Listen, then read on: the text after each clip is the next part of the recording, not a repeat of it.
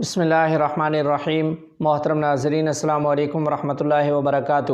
حکومت نے جنرل عاصم منیر کو پاک فوج کا نیا سپہ سالار مقرر کر دیا ہے، جس کی سمری منظوری کے لیے صدر مملکت عارف علوی کو بھجوا دی گئی ہے، جبکہ جنرل ساحر شمشاد کو جوائنٹ چیفز آف سٹاف مقرر کیا گیا ہے۔ رکن پنجاب اسمبلی حضرت مولانا محمد معاویہ اعظم طارق صاحب دامت برکاتہم العالیہ نے اپنے ایک پیغام میں کہا کہ general Sahir Shamshad chairman joint chiefs of staff اور جنرل عاصم منیر کو آرمی چیف بننا مبارک ہو۔ مولانا دامت برکاتہم العالیہ نے کہا کہ امید ہے دونوں افواج کو سیاست سے لا تعلق کرنے، اسے غیر متنازع بنانے اور ملکی دفاع کو ناقابل تسخیر بنانے کے لیے دن رات ایک کریں گے۔ مولانا محمد معاویہ اعظم طارق دامت برکاتہم العالیہ نے کہا کہ اللہ تعالیٰ دونوں کو آئینی دائرے کے اندر اپنا رول کامیابی سے ادا کرنے کی توفیق دے۔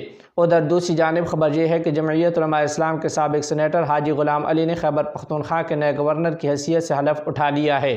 گورنر کی منظوری کا اعلامیہ جاری ہونے کے فوری بعد گورنر ہاؤس میں حلف برداری کی تقریب کا انعقاد ہوا اور chief justice Peshawar high court Qaiser Rashid نے نئے گورنر سے حلف لیا ہے۔